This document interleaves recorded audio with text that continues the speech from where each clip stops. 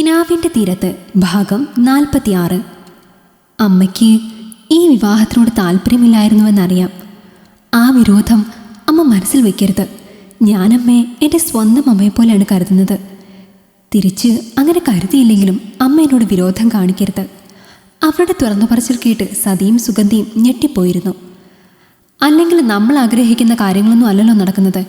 പിന്നെ മക്കളുടെ വിവാഹം എന്നൊക്കെ പറയുമ്പോൾ മാതാപിതാക്കളെ സംബന്ധിച്ചിടത്തോളം ഒരുപാട് സ്വപ്നങ്ങൾ കാണും. അങ്ങനെയുള്ള ചില സ്വപ്നങ്ങളൊക്കെ എനിക്കുണ്ടായിരുന്നു എന്നും പറഞ്ഞ് ഞാനത് മനസ്സിൽ വെച്ചൊന്നും പെരുമാറുന്ന കൂട്ടത്തിലല്ല. അവിടെ ഇവിടെയും തൊടാതെ സതി പറഞ്ഞപ്പോൾ അല്പം ആശ്വാസം തോന്നിയിരുന്നു മീരയ്ക്ക്. ചായ ചൂടാക്കി വെച്ചിട്ടുണ്ട്, അതെടുത്ത് അവനും കൊടുത്ത് മോളും കുടിക്കുക. സതി അങ്ങനെ പറഞ്ഞപ്പോഴാണ് അവൾക്ക് ശ്വാസം നേരെ വീണത്. സതി പറഞ്ഞ പോലെ ഫ്ലാസ്കിൽ നിന്നും 2 ഗ്ലാസ്സിലായി ചായ പകർത്തി അവൻ്റെ അരികിലേക്ക് നടന്നു. ശ്രീജിത്തിനോട് വർത്തമാനം പറഞ്ഞുകൊണ്ട് പത്രം നോക്കുകയാണ് സുധി. അവൻ്റെ കയ്യിലേക്ക് ചായ കൊടുത്തതിനൊപ്പം ചായ ശ്രീജിത്തിന് നേരെ നീട്ടിയിരുന്നു മീര. ചിരിയോടെ അവനത് വാങ്ങിയിരുന്നു. ഏട്ടത്തെ അടുക്കള ഭരണം ഏറ്റെടുത്തോ? ഒരു കുശലാന്വേഷണം പോലെ അവൻ ചോദിച്ചു. ഞാനല്ല, അമ്മയും ചേച്ചിയും ഇട്ട ചായയാണ്, ചിരിയോടെ അവൾ പറഞ്ഞു. കുഞ്ഞുണർന്നോ? അവനോട് എന്തെങ്കിലും ചോദിക്കേണ്ടേ എന്ന് കരുതി അവളും ചോദിച്ചു. നല്ല ഉറക്കമാണ്. ഇന്നലെ മുതലേ ആൾ നല്ല ക്ഷീണത്തിലായിരുന്നു, അതുകൊണ്ട് ഉറക്കാ. അവൾക്കിന്ന് ഓഫീസിൽ പോകണം, ലീവ് എടുക്കാൻ പറ്റില്ല. അതുകൊണ്ട് കുഞ്ഞിനോടൊരു യുദ്ധം തന്നെ കഴിഞ്ഞു രാവിലെ. എല്ലാം കഴിഞ്ഞ് വെളുപ്പിനെ കുഞ്ഞുറങ്ങിയത്. അവളിപ്പോൾ ഓഫീസിൽ പോകാൻ റെഡിയായിക്കൊണ്ടിരിക്കുകയാണ്. നിങ്ങളെപ്പോഴാണ് വീട്ടിലേക്ക് പോകുന്നത്? സുധിയോടായി അവൻ ചോദിച്ചു. വൈകുന്നേരം പോകാം. വിനോദിൻ്റെ വീട്ടിലേക്ക് ഉച്ചയ്ക്ക് പോകണം, അവൻ ക്ഷണിച്ചിട്ടുണ്ട്. പിന്നെ പോകുന്ന വഴി അമ്മാവൻ്റെ വീട്ടിലൊന്ന് കയറണം. ഞാൻ പറഞ്ഞു വിനോദിൻ്റെ വീട്ടിൽ കയറിയിട്ട് വരാമെന്ന്. അമ്മായിക്ക് വയ്യാതിരിക്കുക, ഞങ്ങളെ സൽക്കരിക്കാൻ അമ്മാവൻ അമ്മായിയോട് പറയുകയും ചെയ്യും. അതുകൊണ്ട് ഞാൻ വിനോദിൻ്റെ വീട്ടിൽ കയറിയിട്ട് അങ്ങോട്ട് കയറാമെന്നാണ് കരുതിയത്. പിന്നെ അന്യനൊന്നും അല്ലല്ലോ, അമ്മാവൻ്റെ വീട്ടിലേക്ക് എപ്പോൾ വേണമെങ്കിലും പോകാമല്ലോ. സുധി പറഞ്ഞപ്പോൾ അവനൊരു പുഞ്ചിരി സമ്മാനിച്ചവൾ വീണ്ടും അടുക്കളയിലേക്ക് ചെന്നിരുന്നു. അവിടെ സുഗന്ധിയും സതിയും തമ്മിൽ എന്തൊക്കെയോ സംഭാഷണങ്ങൾ നടക്കുന്നുണ്ട്. എന്നാൽ തന്നെ കാണുമ്പോഴേക്കും 2 പേരും സ്വിച്ച് ഇട്ടതുപോലെ മൗനമാകും. എങ്കിലും പഴയതുപോലെ അല്ലെങ്കിലും തനിക്കൊരു പുഞ്ചിരി നൽകാൻ 2 പേരും മറക്കാറില്ല. എന്തെങ്കിലും സഹായിക്കാനുണ്ടോ അമ്മേ? സുധിയേട്ടൻ പറഞ്ഞു അമ്പലത്തിൽ പോകണമെന്ന്. ഞാൻ റെഡിയാവാനായിട്ട് തുടങ്ങുകയായിരുന്നു. രാവിലത്തേക്ക് എന്തെങ്കിലും ചെയ്യാനുണ്ടെങ്കിൽ അത് ചെയ്തിട്ട് പോകാമല്ലോ എന്ന് കരുതി. അങ്ങനെ എന്തെങ്കിലും ഉണ്ടോ? മടിച്ചു അവൾ ചോദിച്ചു. ഓ, എല്ലാം സുഗന്ധി ചെയ്തു. ഞങ്ങൾ നേരത്തെ എഴുന്നേറ്റായിരുന്നല്ലോ. ആ മറുപടിയിൽ തന്നെ മീര താമസിച്ചു വന്നതിൻ്റെ ഇഷ്ടക്കേട് സതിയിലുണ്ടായിരുന്നു. ഇന്നലെ മുഴുവൻ ഒരേ നിൽപ്പും പിന്നെ വിവാഹത്തിൻ്റെ തിരക്കും കാരണം നല്ല ക്ഷീണമുണ്ടായിരുന്നു. അതുകൊണ്ടാണ് ഇന്ന് ഉറങ്ങിപ്പോയത്. നാളെ മുതൽ ഞാൻ നേരത്തെ എഴുന്നേൽക്കും, ഒരു ക്ഷമ പോലെ അവൾ പറഞ്ഞു. അതൊന്നും സാരമില്ല. മരുമകളെ കൊണ്ട് ജോലി ചെയ്യിപ്പിക്കണമെന്നൊന്നും എനിക്കൊരു നിർബന്ധവുമില്ല. എനിക്കാവതുള്ള കാലം വരെ ഞാനെല്ലാം ചെയ്യും. പിന്നെ നമ്മുടെ വീടാണെന്ന് കണ്ടറിഞ്ഞ് നിങ്ങൾ ചെയ്താൽ അത്രയും സന്തോഷം. അല്ലാതെ ഞാൻ നിർബന്ധിച്ച് ജോലി ചെയ്യണമെന്നോ രാവിലെ എഴുന്നേറ്റ് വരണമെന്നോ ഒന്നും പറയില്ല. സതിയെ ഒരു തരത്തിലും മനസ്സിലാവുന്നില്ലല്ലോ എന്നായിരുന്നു ആ നിമിഷം മീര ചിന്തിച്ചത്. വേഗം ചെന്ന് ഒരുങ്ങ്, അമ്പലത്തിൽ പോകണമെങ്കിൽ. സതി പറഞ്ഞപ്പോൾ തലയാട്ടി അവൾ മുറിയിലേക്ക് കയറിയിരുന്നു.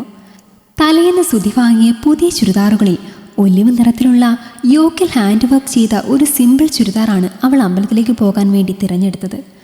അത് ബെഡിലേക്ക് വെച്ചപ്പോഴാണ് മുറിയിലേക്ക് ചായയുമായി സുധി എത്തിയത്. ചുരിദാറാണോ ഇടുന്നത്? അവൾ ബെഡിലേക്ക് വെച്ച ചുരിദാറിലേക്ക് നോക്കി അവൻ ചോദിച്ചു. ചുരിദാർ സുധിയേട്ടന് ഇഷ്ടമല്ലേ? അവൾ മറുചോദ്യം ചോദിച്ചു. എൻ്റെ ഇഷ്ടമല്ല, തൻ്റെ കംഫർട്ടബിൾ അല്ലേ പ്രധാനം. ഞാൻ ചോദിച്ചത് സാധാരണ എല്ലാവരും അമ്പലത്തിലൊക്കെ പോകുമ്പോൾ കല്യാണം കഴിഞ്ഞ് സെറ്റും മുണ്ടും ഒക്കെയാണ് ഉടുക്കാറ്.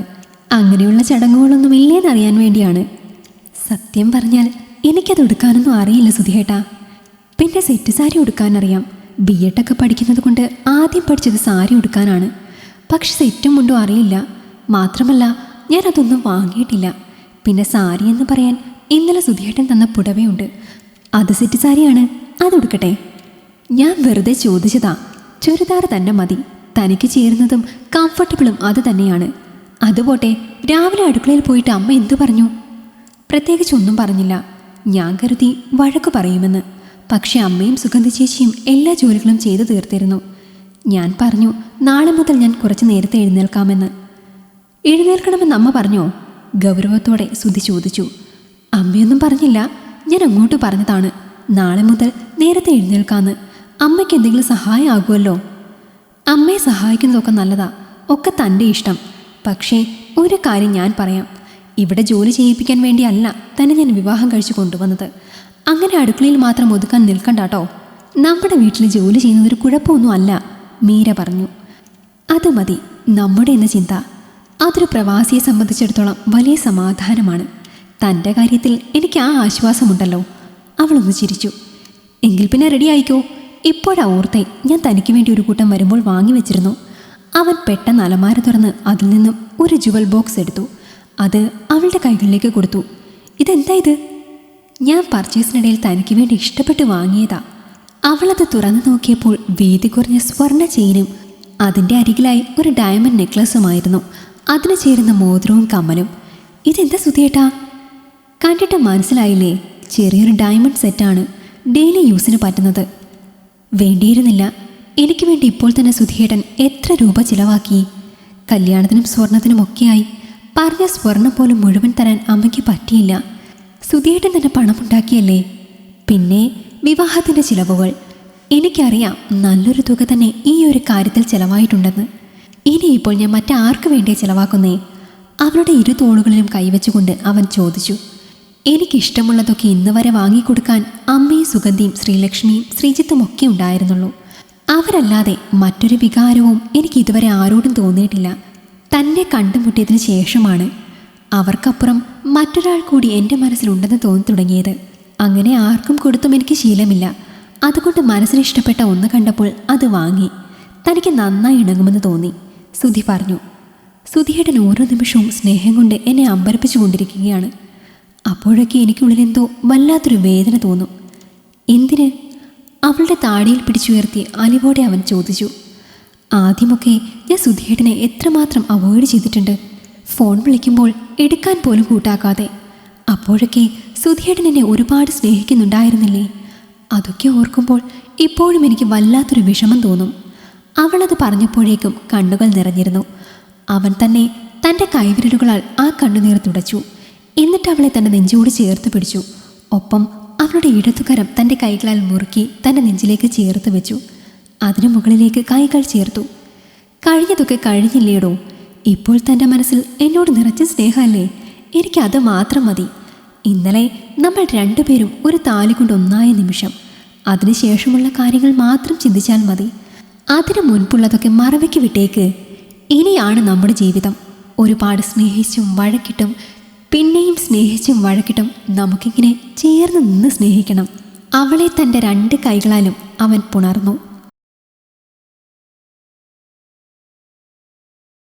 ഈ കഥ നിങ്ങൾക്കിഷ്ടമായെങ്കിൽ ലൈക്ക് ചെയ്യൂ. നിങ്ങളുടെ അഭിപ്രായങ്ങൾ കമന്റായി രേഖപ്പെടുത്തൂ. കൂടുതൽ കഥകൾ കേൾക്കാൻ ഈ ചാനൽ സബ്സ്ക്രൈബ് ചെയ്യൂ.